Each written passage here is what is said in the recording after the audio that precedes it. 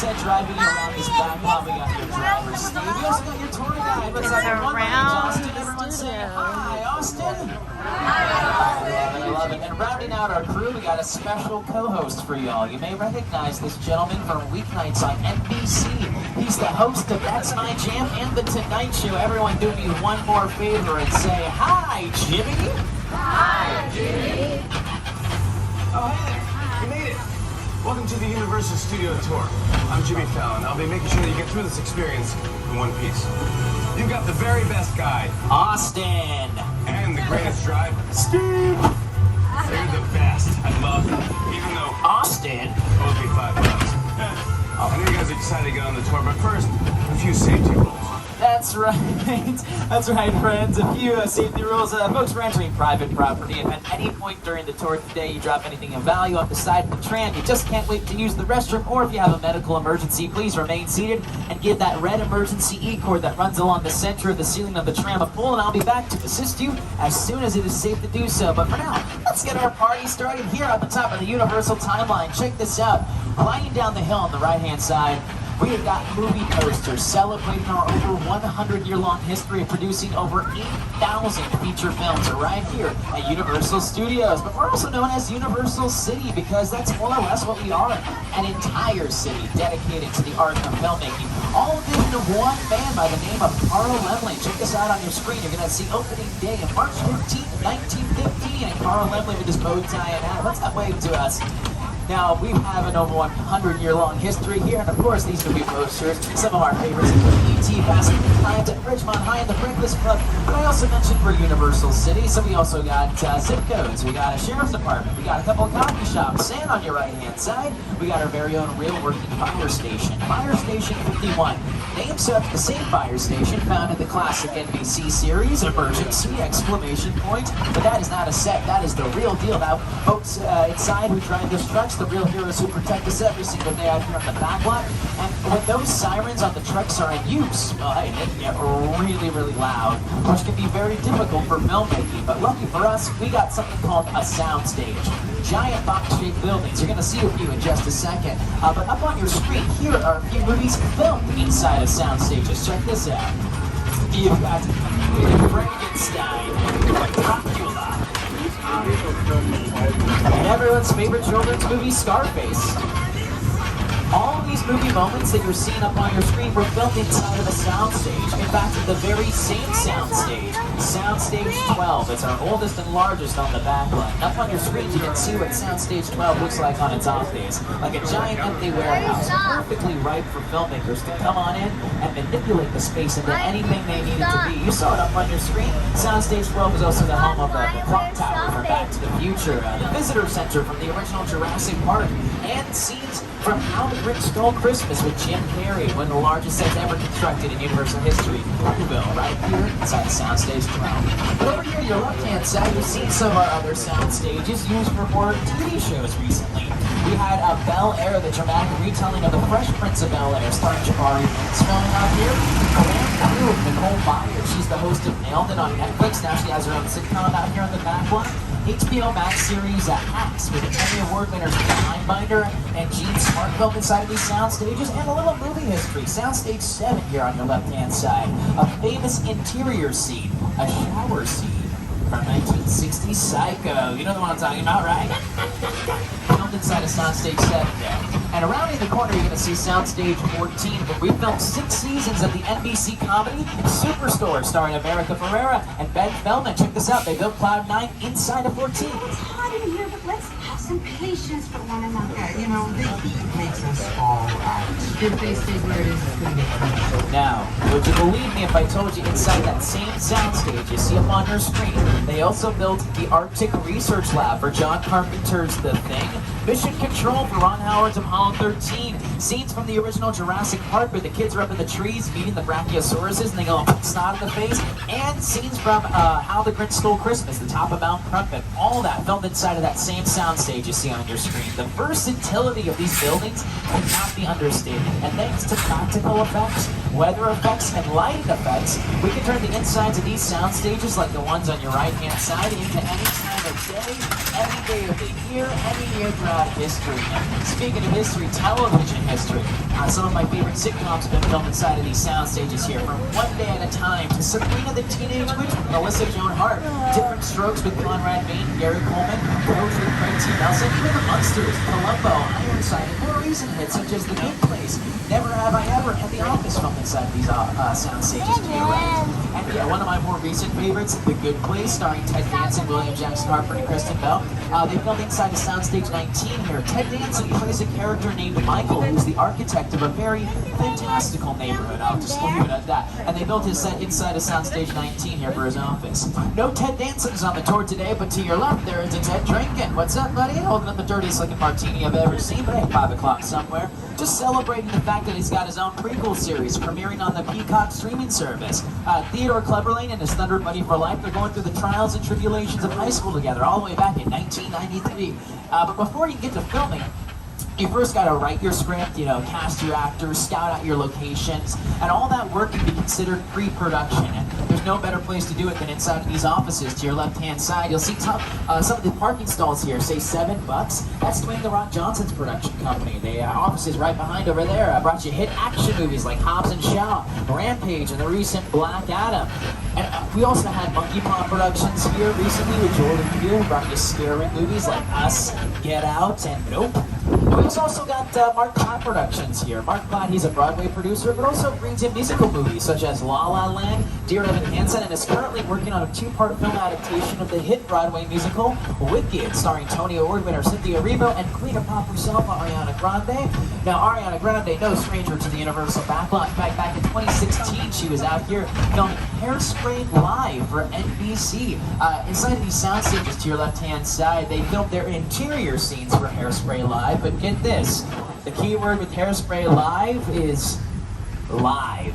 So during commercial breaks, the cast and crew would find themselves running back and forth, back and forth, back and forth between their interior sets inside of the soundstage here and across the street to the right side to our large-scale exterior streets that were used for a 1960s downtown Baltimore, right?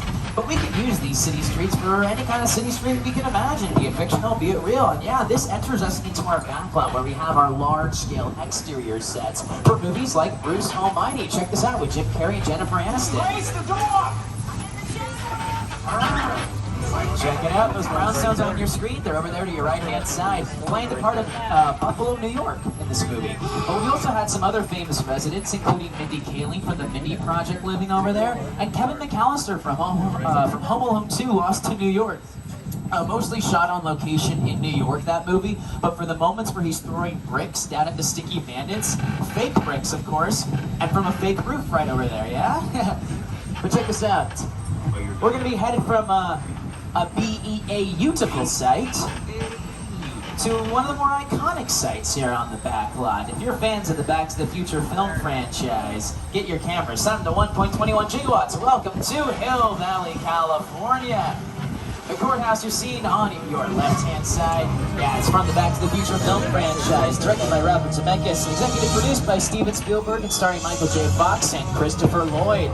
Now, these sets built long before Back to the Future, built back in 1948 for a film called An Act of Murder, also used for the very first episode, or the pilot episode of The Twilight Zone, titled Where Is Everybody? But if you've seen the opening shots of Gremlins, that wonderful 1980s Christmas movie, right, Halloween Christmas movie, the opening shot of Kingston Falls in a wintry wonderland, it's our courthouse set right here. Now, to make it to make it look like the wintry wonderland, they actually removed the leaves from the trees that were sitting here at the time to make it look like the dead of winter, because they actually shot it in the middle of August, right? But hey, it works out for Gremlins. But the next movie that comes out here to film is very upset. Why? Well, because they scouted this location with the leaves on the trees. That's how they thought it was going to be when they came back to film, right? And what film was that? Well, it was Back to the Future, the first one, right? Yeah, they come out here, they're like, oh no, what happened to all the leaves? So if you go back and you watch Back to the Future, look into the backgrounds of those shots, right? You'll see maybe little shiny staples on those branches. Because yeah, they literally had some production assistants going out there stapling leaves back onto the trees to make it look like a nice, lush Hill Valley, California. From small town to the Big Apple. Welcome to the quietest New York City street you're ever going to see. But it's not so quiet when we're filming things like American Ninja Warrior out here. From end to end, we have the entire obstacle course that's set up in downtown LA. downtown Universal City, rather. Also, big action movies like Hobbs and Shaw with Idris Elba, Jason Statham, and Dwayne "The Rock" Johnson filmed out here. We've also filmed classics such as The Sting with Robert Shaw, Robert Redford. And we've also got music videos filming out here with artists such as Pink, Billie Eilish, Britney Spears, and Taylor Swift. She filmed her Wildest Dreams music video out here. But if you're more into action films, well, Transformers with Michael Bay has played the part of downtown LA, and a couple of Marvel superhero films filmed out here. A couple of the Spider-Man films with Tobey Maguire and Andrew Garfield, and Captain America, the first Avenger with Chris Evans. The scene after he's injected with the super soldier serum and he's running after that Hydra agent down the street, jumping from taxi cab to taxi cab. It's down this very street here. But get this, to your right hand side, there is that glass exterior building. Now for car one, you might have to turn around just a little bit. That building was actually used for the music video I Want to Go by Britney Spears, and it played the Oscorp building in the Amazing Spider-Man films and some of those shots. But this glass building, too contemporary for something like Captain America, the First Avenger, which takes place in an early 1900s Brooklyn.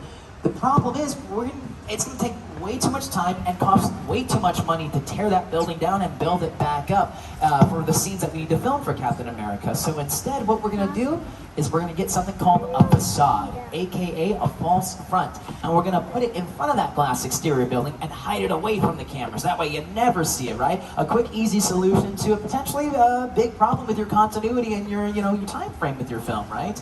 So anytime you go back and you watch Captain America, the First Avenger, when you see him running down the street chasing after that Hydra agent, right? And you can see he's running barefoot down that street. He's not actually barefoot. He's actually got shoes made to look like bare feet. But if you look at the background of some of those scenes and you see some scaffolding and some construction work going on, that is all facade, hiding that glass exterior building right there. Hey, if you know, you know. Now I mentioned Amazing Spider-Man. Yeah, that played the part of the Oscorp building, right? To get this, in the center of this street, there's this scene where Spider-Man, he's surrounded by the police, and Captain Stacy is gonna threaten to take his mask off, right? Filmed right here in the middle of the street. And Tobey Maguire's Spider-Man. Over here to your left, you're seeing the empty marquee for the lyric Peter, right? That is where he was running late for Mary Jane's play in Spider-Man 2. She was in The Importance of Being Earnest, right? And he's turned away by the chin himself, Mr. Bruce Campbell, playing that snooty usher. But get this, across the street on the other side, again, first car, you're gonna have to kind of turn around, but there's that black and gold trim storefront that was used for a scene in Spider-Man 2 where Doc throws the taxi cab into the cafe, right? Rudely interrupting the date between Mary Jane and Peter Parker. Those scenes take place all the way across town from one another, but in actuality, they were filmed right across the street from one another. Movie making magic at its finest. But from the concrete jungles of New York, straight over to the lush jungles of Skull Island. And look who we got to introduce this next part of the tour. That's right, director Peter Jackson himself. It's the original King Kong. I saw that movie on TV when I was about 8 or 9 years old. And I wanted to become a filmmaker. I like films that just take you away from your real life and sweep you up the edge. Kong literally does that. I mean, you're on board the ship, you're sailing to a lost island, you're encountering monsters and creatures from the prehistoric times. So I was thrilled when Universal invited me back to Skull Island. It was great to have you along for the ride. Now we have created this 3D immersive experience, so you're going to have your glasses ready. Don't put them on yet, but just have them in your hand because we're about to return to Skull Island. That's right, friends. And as we make our return, I just want to give you a heads up. It's going to get a little bumpy out there, so hold on to all your loose articles, but do take as many photos and as videos as you like. Just no flash photography. Don't want to attract any unwanted attention from local residents out there on the island. Now I'm going to bring Peter Jackson back It's the original King Kong. and I'm going to mute him. Nothing against you, buddy. I love your movies, but I want to show off this dude on your screen. The original King Kong from the 1930s. Brought to life using a process called stop motion animation. Basically, you take your toy dolls and you take a movement by movement, take photos of each and every single movement, put it all together. It takes about 24 photos on average to comprise 1 second of stop motion animation. Now, yeah, put that in perspective. Nightmare Before Christmas, a great holiday film coming up perfect for the holiday season, right? 80 minutes long, and that's a movie entirely done with stop motion animation. If it takes 24 photos for 1 second of stop motion animation, how long does it take for an 80-minute long movie? Yeah, too many. We'll leave that up to the experts.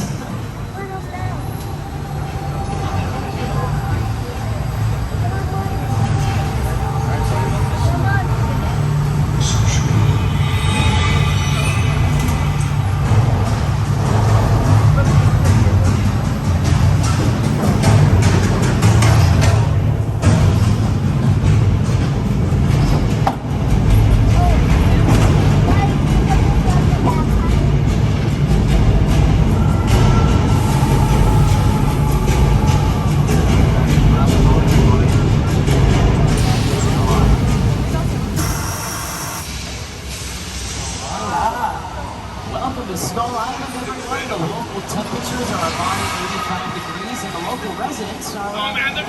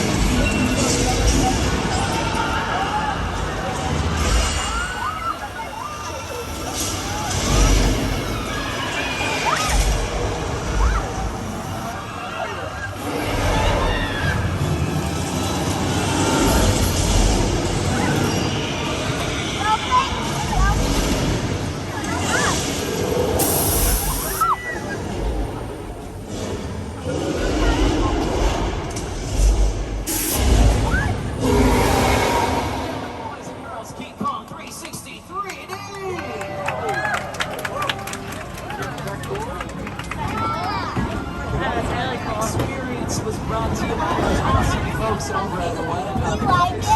They are a New Zealand-based digital effects company. And if you don't know What Effects by name, you certainly know them by reputation. I can scout a little bit. First things first, make sure you got your 3D glasses. Do me a favor, hold on to those 3D glasses, alright? You don't need them right now, but I'll tell you, King Kong 360 3D back there. It's the second largest 3D experience in the world. What's the first? We'll tell you about that later. But for now, King Kong 360 3D, like I mentioned, brought to us by Weta Effects. Weta Effects, they work on movies like Pi and Disney's The Jungle Book. They've won Oscars for their work in movies like the one I just mentioned, including the recent Avatar, Way of Water. They worked on James Cameron's Avatar films, brought the world of fame. They worked on won an Oscar for their work in the most recent film. And you can see it on your screen that we just drove through some of the largest screens out there. 40 feet tall, 180 feet wide. And you may have noticed on one of those screens that one of our tram cars made an appearance, right? It was dragged on by one of the T-Rexes, right? And all the people inside of that tram car, don't you worry, none of them were real. They were all digitally made up. But they were modeled after the very real friends and family of the Weta Effects artists that worked on King Kong 360 3D back there. I think Peter Jackson's kids are in there somewhere too. Yeah. What's Dad trying to say about us? I don't know. But once that car makes an appearance on screen, it becomes known as a picture car. And a picture car is any vehicle that you see on screen, brings your characters from point A to point B. And just up ahead, you're going to see on your left-hand side, we've got a nice collection of picture cars for y'all to take some photos of, to take a good look at. And yeah, we're going to start our little tour with the American Graffiti Ford Deuce Coupe. Now, American Graffiti, it's a movie produced and directed by George Lucas a couple of years before that Star Wars movie of his, and one of his first collaborations with Harrison Ford before he was known as Han Solo. Right next door, you're going to see the Magnum PI Ferrari, though. And of course, you've got some picture cars from the Back to the Future film franchise. We got Biff's Ford convertible from the past, and don't you worry, cleared out all the manure just for y'all today. And of course, you got some cars from the near-distant future of 2015. And remember we were driving those Ford Edsel's around 2015? That was so much fun, and those people had to ruin it. All right.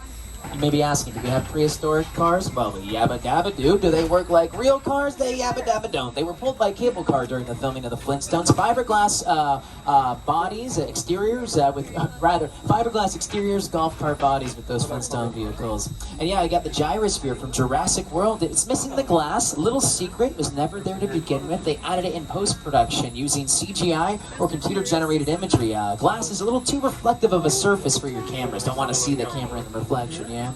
You also got the Crawdaddy boat from Jordan Peele's second film, Us.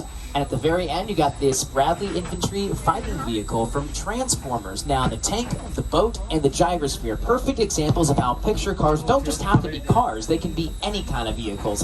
Planes, trains, rocket ships. As long as they bring your characters from point A to point B, It's a picture car. But for us, it's time to head from Site A to Site B, a little island off the coast of Costa Rica. Welcome to Jurassic Park. That's right, and happy 30th, John Hammond. That's right, Jurassic Park turns 30 years old this year, and what better way to celebrate the anniversary than with a little drive through the island, checking out set pieces, props, and picture cars from the original Jurassic Park trilogy.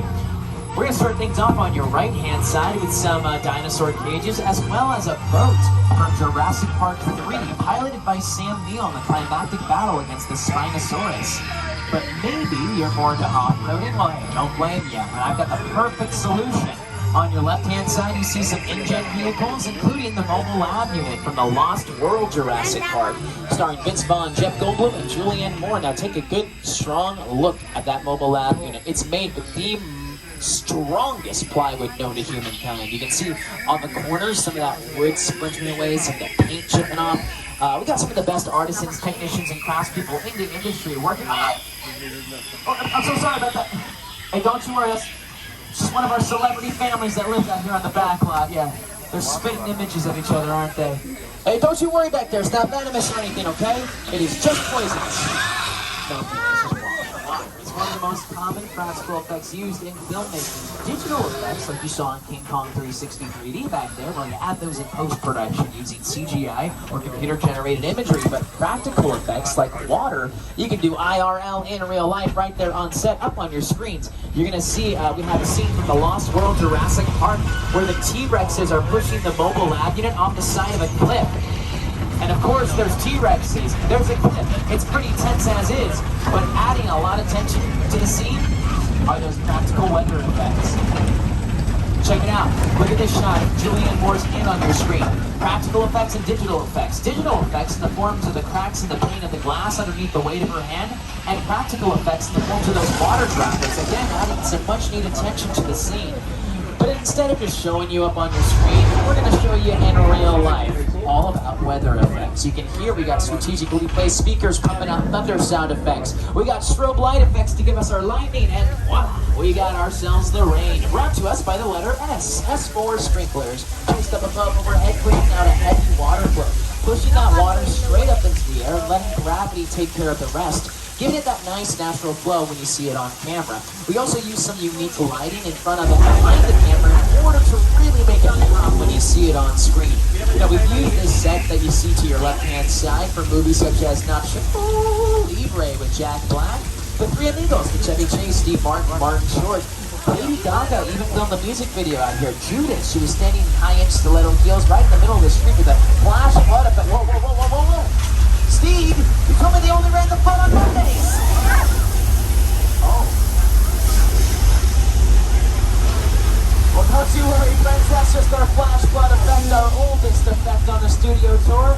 Our most green-friendly effect. All that water you saw drop from the top and sent down to the bottom, recycled then to the drinking fountains at Disneyland. And it's also our most famous effect. Check this out. The Big Fat Liar, starring Paul Giamatti, Frankie Muniz, and Amanda Bynes. You're going to see our flash flood effect in effect.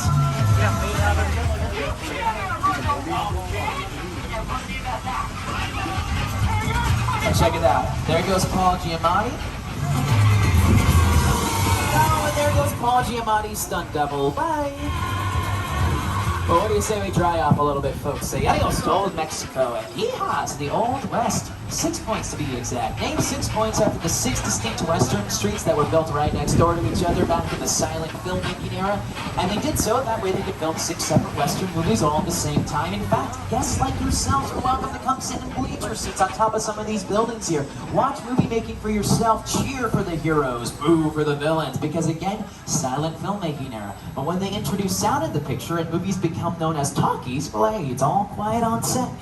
Unless, of course, you're the director, like Quentin Tarantino out here filming Once Upon a Time in Hollywood. If you've seen that movie, about 30-40 minutes of that film takes place right here on the streets of our Old West sets. Leonardo DiCaprio, he plays a character named Rick Dalton, who in the film is an actor himself and lands himself a guest starring role on a TV series called Lancer. It's a Western. And again, for all those scenes filmed right here on the streets of our Old West sets with Timothy Olyphant, Brad Pitt, Leonardo DiCaprio, and Julia Butters. Now, some of these buildings, yeah, they went inside, they filmed in them. Because, yeah, some of these buildings, they have space inside where you can do so. But most of them are what are known as facades, aka false fronts. Again, just like we were talking about on the Metropolitan City Street sets, check this out to your left. That brick building as we're exiting, look through those windows, walk through that door. You're still outside. Yeah, that's a great example of a facade. We'll put some drapes and some curtains in those windows to give the illusion that there is an interior, but all we need to do is build the front of the building because our camera's only going to see the front of the building. Your imagination as the audience, it's going to fill in the rest of the blanks for us. And speaking of your imagination, to your left-hand side, through these trees, you'll get another good glimpse of it in just a second. We have our Park Lake area. We also lovingly refer to it as our Hollywood Ocean because using our imaginations, this picturesque area of the backlot can stand in for entire oceans. You've seen McHale's Navy, yeah? That's the Pacific Ocean for McHale's Navy. Have you seen the movie musical Showboat? You know the song, Old Man River? Well, that was the river. And it also played the part of the Amazon River in a little creature flick from 1954 titled Creature from the Black Lagoon. Up on your screen, you're seeing our SS Rita sailing there on Park Lake, but again, dressed up to look like the Amazon.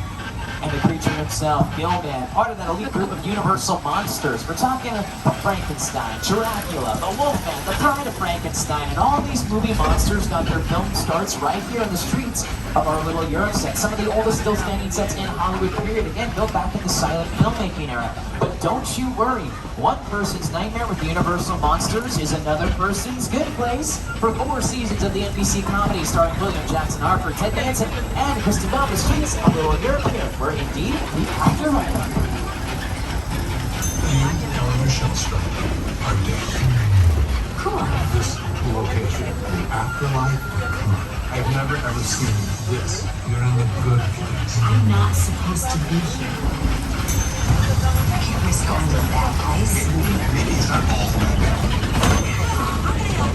What is the bad place like?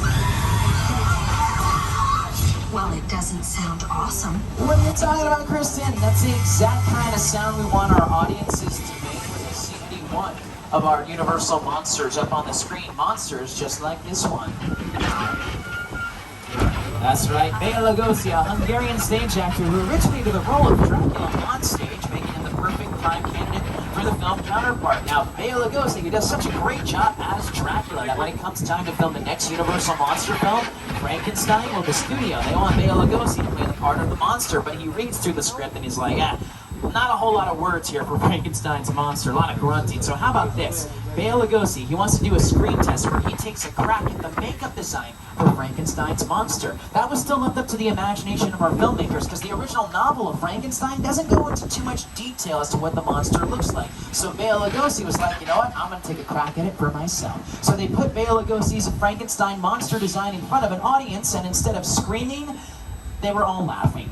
So much so that he storms out of the theater and Bela Lugosi's like, I don't care, give Frankenstein to any old background actor or extra to play the part. And working on the Universal backlot at the time as a background actor, as an extra, right here on your screen, one Mr. Boris Karloff, before he originated the role of Frankenstein's monster on the screen, making him an iconic part of film history.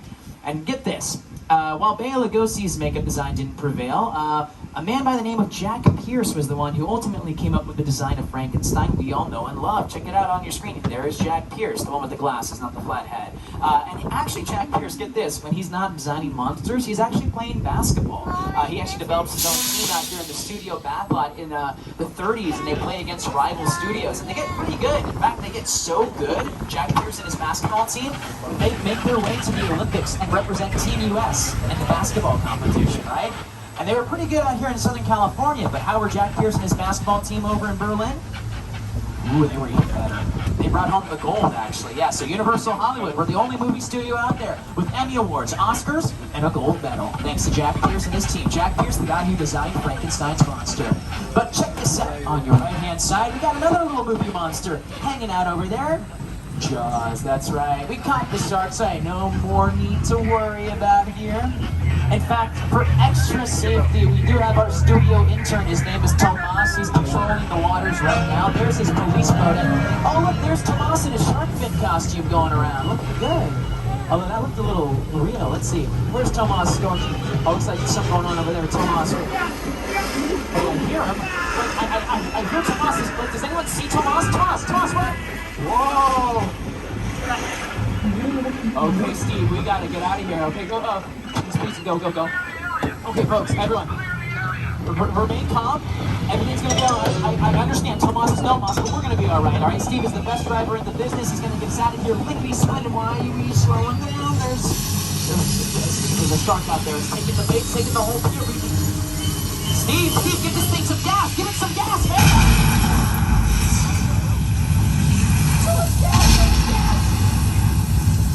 This spear is on fire! Does anybody have eyes on Jaws? No, no!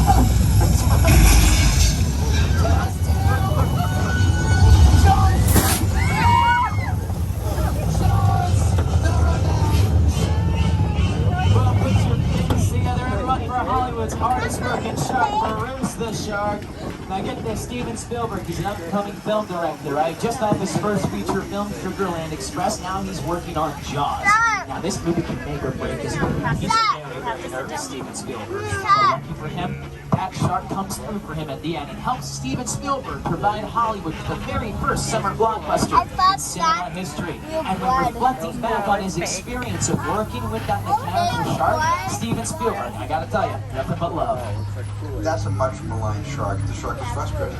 It didn't really work all the time. It didn't work hardly at all. Oh, maybe it wasn't such a peachy-keen relationship. Actually, get this. The first day of filming, they put that mechanical shark at the top of the Atlantic Ocean. They yell, action! By the time they yell, cut, that shark is at the bottom of the Atlantic Ocean.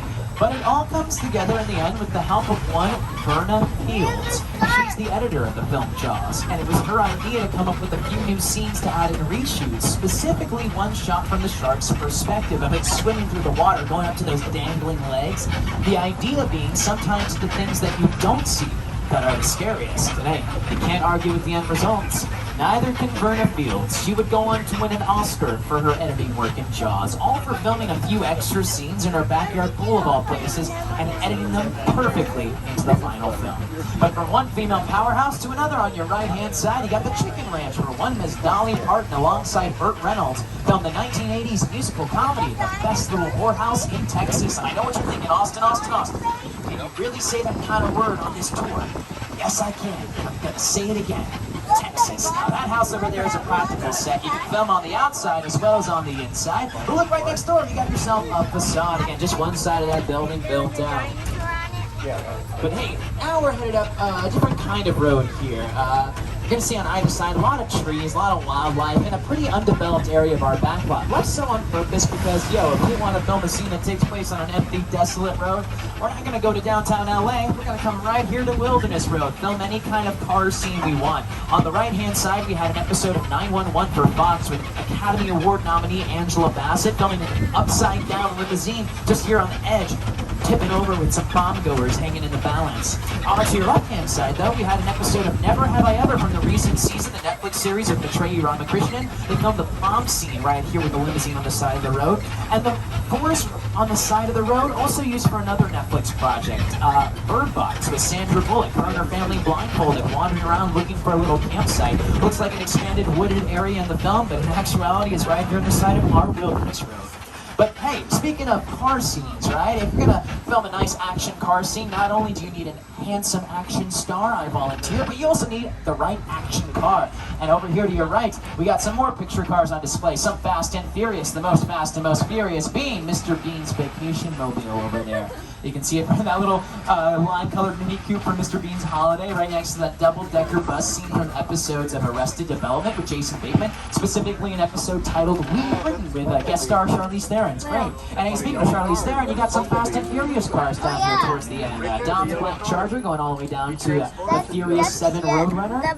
In the back over there, you got the police car, Public Enemies with Johnny Depp, and right next to it, the Oh Brother Where Art Thou piano service car, right? Oh Brother Where Art Thou, fantastic film. But better question, oh Mother Where Art Thou?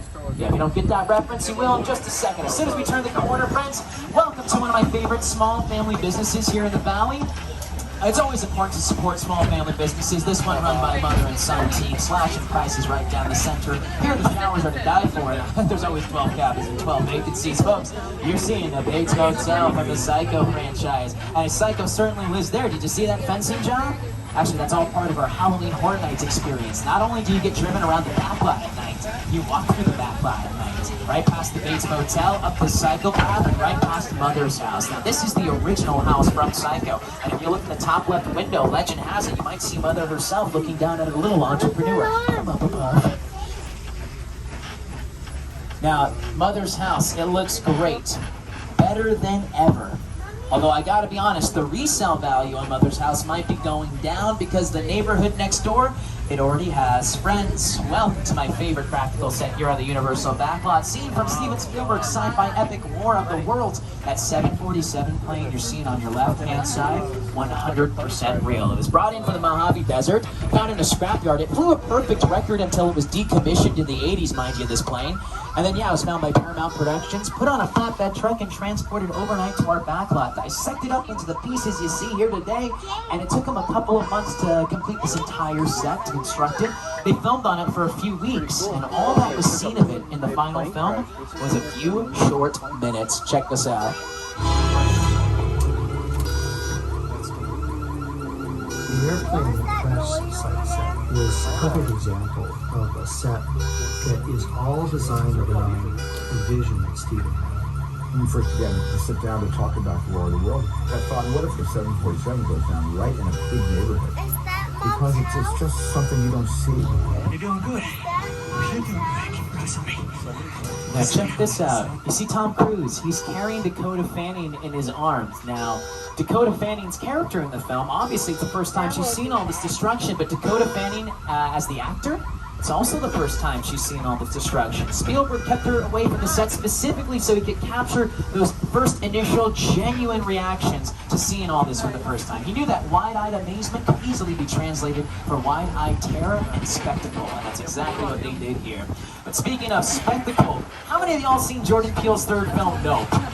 Oh, if you haven't, it's such a good film, and what better teaser trailer than to drive through the actual filmed used set of Jupiter's Claim, and to tell you more about it, here's Academy Award-winning screenwriter and director, Jordan Peele.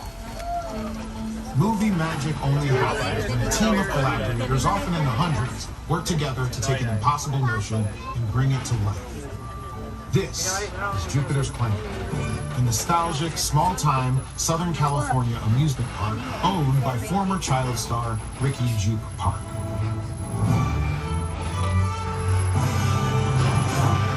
Over there, look into the winter zone. Their picture taken just like the kids in the old 90s movie Kid Share. That's what this whole place is loosely based on. Remember that one? No? What? A little further down, you can see the brand new Star Lasseter built to showcase an unbelievable new live show. So live. Anyway, behind this Hollywood fantasy, old Rush Frontier town lies a sinister secret. Yeah, what kind of secret would that be, Mr. Peele? It is smack dab in the center of a UFO hotspot. Okay, hold on, wait. It's just a movie, though, right? Welcome to the world.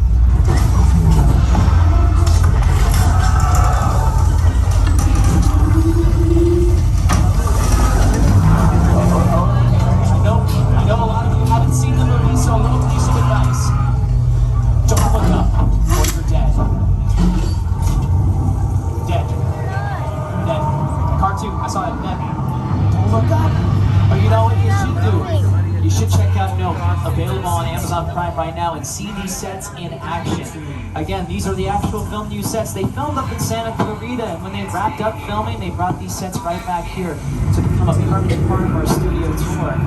Over the speakers, you're hearing Stephen Young being a part of Ricky Jupe Park, and yeah, this is his little amusement park. And if you want to see how it plays into the story, yeah, check out Nope. I cannot recommend it enough. Really, really good, also really unexpected. So yeah, just keep that in mind. But from movies out now to movies yet to be filmed, let's put you in the middle of your very own movie. That's right, gotta put you in the middle of your own Fast and Furious story. Let me lay out the story for y'all. One of us on board is a member of the Witness Protection Program. Not gonna name any names, but it was you down here in the Never Trust hat. And Owen Shaw and his evil crime syndicate, they're out looking for you. But don't you worry, we got some special family coming in to help protect us, all right? Right now, what we're gonna do is pull inside of Sullivan's truck repair and get ready to film our very first scene. This is the meet cute scene. You see it all the time in romantic comedies. You're gonna see it right here, right now. Your two main character groups meeting guys and a couple of you new co-stars you're going to see right here on your screen. Now, all we need you to do is sit back, relax, and act natural. Our tram is in position, pictures up, camera is rolling. Let's get this first scene underway. Ready, and action. My name is Roman Pierce. Pleased to meet you. Buddy Hobbs asked us to stash you with Sean for a while. Brought you in our secret spot. We're having a few friends over, it's a little messy. It's all good, the more the merrier. Especially you right there in your third row. So look, see over there? It's Hobbs' urban assault vehicle. Best truck the U.S. government can buy. That work of art back over there was made by my man Tej. Think of it as like a Mona Lisa on wheels. So did you bring it down to the What's that? You have one job to do, Roman. One. Alright, look guys, we're gonna keep Shaw from finding you. But to keep you safe, we need your help. We don't want the syndicate tracking us here. So put away your cameras and turn off your cell phones. One flash or one ringtone can give us away. I need y'all to take this real serious. Okay, pull into the next bag and we'll meet you in there. And cut. Excellent. Got the first scene out of the way. Now it's time to move on to the next scene. And get this, it's a party scene. So we're gonna need that energy. We're gonna need those dance moves. Just because we have witness protection does not mean we can't have a little bit of fun, all right? Now, right now we're just getting our background actors and our extras. They're gonna start dancing, and then we'll get you main characters into place. All right, let's move forward. Let's get action on those background actors.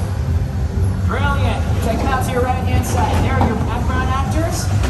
We got the lights glowing, a few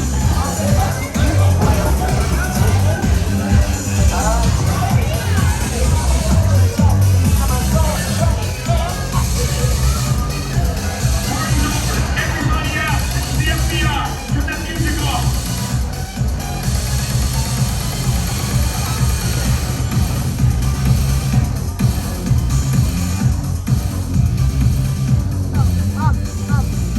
This is what we doing. This is the race day after party. And where the other? Roman Pierce, FBI, don't move.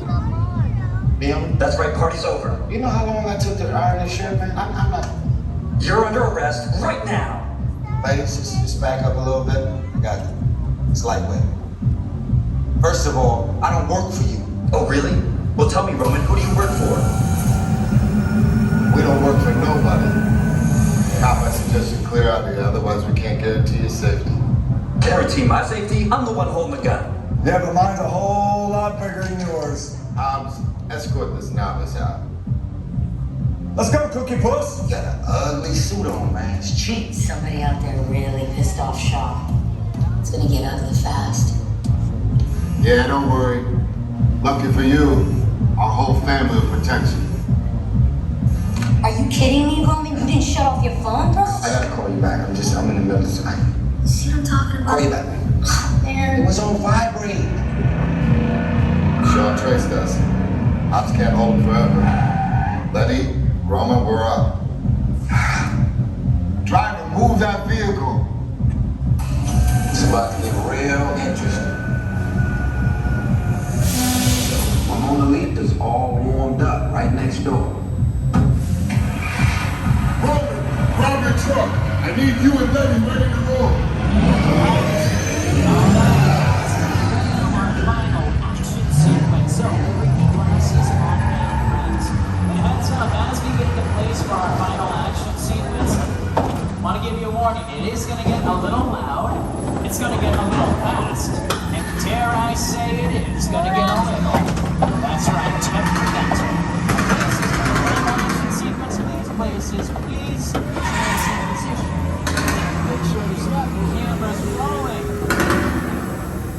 All right, ready, and action.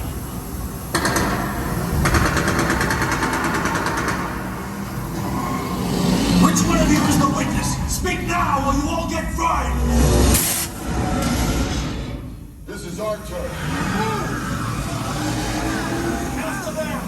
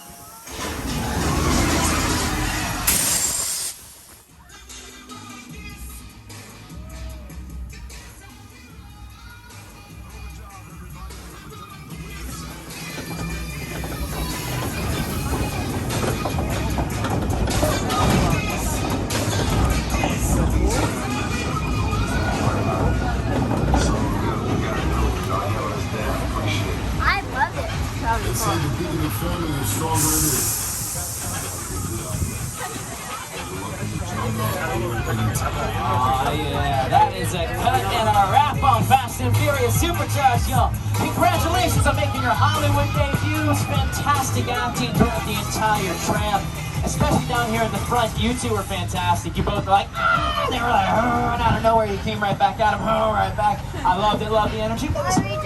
I would be remiss if I didn't get y'all put your hands together one more time for your incredible Fast and Furious stunt driver. Please give it up for the one, the only Steve. Steve, yeah, I love it. And he's doing it all really cool, babe. Drinks on the right-hand side. One last beautiful view of the San Fernando Valley with Warner Brothers off in the distance in their back lot. Further beyond them, there's that cheese grater looking building. That's the ABC building right next to the Disney back lot. And right here, you got the oldest, the biggest, and the baddest Universal Studios Hollywood, where we have an over 100-year-long history of producing over 8,000 feature films. Not only that, but we got TV shows, commercials, music videos, photo shoots, and by joining us on the studio tour today, all y'all become part of that legacy as well. But the journey does not have to end here, friends. Hopefully, we not only inspired the next wave of moviegoers, but maybe the next wave of movie makers. I don't know, maybe we'll see a few of you out there on the back lot sometime soon. But for now, on behalf of your driver, Steve, your tour guide, Austin, and everyone here at NBC Universal, we thank you for joining us on the studio tour. Now, I know this feels like a nice little finale, and in a way, it kind of is a finale. But if you know anything about movies, you know that movies are nothing without a nice end credit sequence, right? And one of my favorite elements of an end credit sequence is the blooper reel. Yeah, anytime something goes wrong when you're on set and we capture it on camera, it either ends up on TMZ or in the blooper reel. And here on your screen are some of our favorite Universal bloopers. Check this out. Yeah. Let me tell you something. Go ahead, they're rolling film.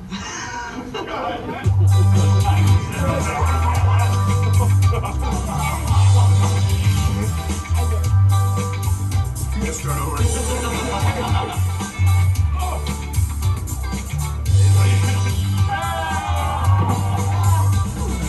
Now, I'm pausing this one because this next blooper you're gonna see, it's gonna hurt.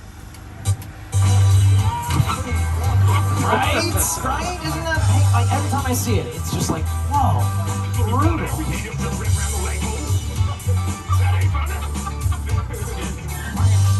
Now, of course, we got bloopers. Now, of course, another element of an end credit sequence is always to the post-credit sequence, right? Those Marvel movies, if they taught us anything, it's how to wait patiently for that long list of names to be over. That way we can get a little sneak peek as what's to happen, as to what's going to happen next in the big story, right? And a nice little sneak peek, for maybe the next movie you might want to put in your rotation, especially if you haven't seen it yet. Again, Jordan Peele's Nope. I cannot recommend it enough. And here to tell you a little bit more about it, special guest, we got ourselves Keke Palmer. What's up, Studio Tour? I'm Keke Palmer from Jordan Peele's film, Nope. What's a bad miracle? Well, you'll have to see our movie to answer that one. Until then, I hope you enjoy your visit to Jupiter's Claim. Did you see a UFO in that cloud? Yeah. Nope. I ain't never seen nothing like this. Are you ready? Yeah. Man! Holy hell. Nope. Nope. Nope. Hell no. Nope. So so much fun. It's such a great movie. And Jordan Peele, coming off of Nope, he's been compared to other directors such as Steven Spielberg, Quentin Tarantino, and Alfred Hitchcock. And what I really love about that comparison is that Jordan Peele, he doesn't appear in the movies himself, but his titles, they always appear in the films. And Alfred Hitchcock, he's the guy who created the film cameo, basically, right? Now, he's on set of one of his films, and he realizes I could hire someone to walk in the background of this shot, but that's going to take too much time, and you gotta pay someone. So how about this? I'm just going to walk to the background of my shot, fill in the scene, and hey, we're good to go. And from that point on, Hitchcock's audience started to expect to see him in his films, right? Now, a side note on this one, Hitchcock, he realizes, ooh, it's great that my audiences love seeing me in these movies, but I have a problem now. They're too focused on finding me, that they're not focusing on the story I'm trying to tell. So I could get rid of my cameo entirely, I could just leave it where it is, no problem, or I could put my cameos exclusively in the first act of my films. That way, I give the audience what they want right off the bat, and then they can focus up again on the story I'm trying to tell. So Alfred Hitchcock, he's the guy who kind of originated the film cameo. And again, talking about those Marvel movies, yeah, Stan Lee, back when he was alive, we always loved seeing him appear in those Marvel movies, right? As one of our favorite cameos. But now Jordan Peele, back to him. While, again, he doesn't make a cameo himself in his movies, his titles always do, right? Get Out, obviously you have characters screaming that. You have people in Us screaming Us. And in Nope, of course, you got characters. You saw me going right there, going like Nope. But what I also love about the title Nope is that not just the word Nope, but some people believe it to be an acronym, N-O-P-E. And my favorite theory, and I believe it was confirmed by Jordan Peele, N-O-P-E, it officially stands for Not of Planet Earth. Because if you've seen that creature at the end of that movie, well, you know it's not from around these parts. But right now, we're at the end of our movie. Thank you all so much for joining us on the studio tour. If you enjoyed the tour today, my name is Austin. If you didn't enjoy the tour today, my name is still Austin, because constructive criticism is always welcome, friends. We got our studio tour ambassadors coming by to open up those gates on your left-hand side, and instead of just, walking off, why don't you boogie on off? I'm in kind of a musical mood, so here's one of my favorite top 40 hits, just for y'all. Let's go adventure in the deep blue sea.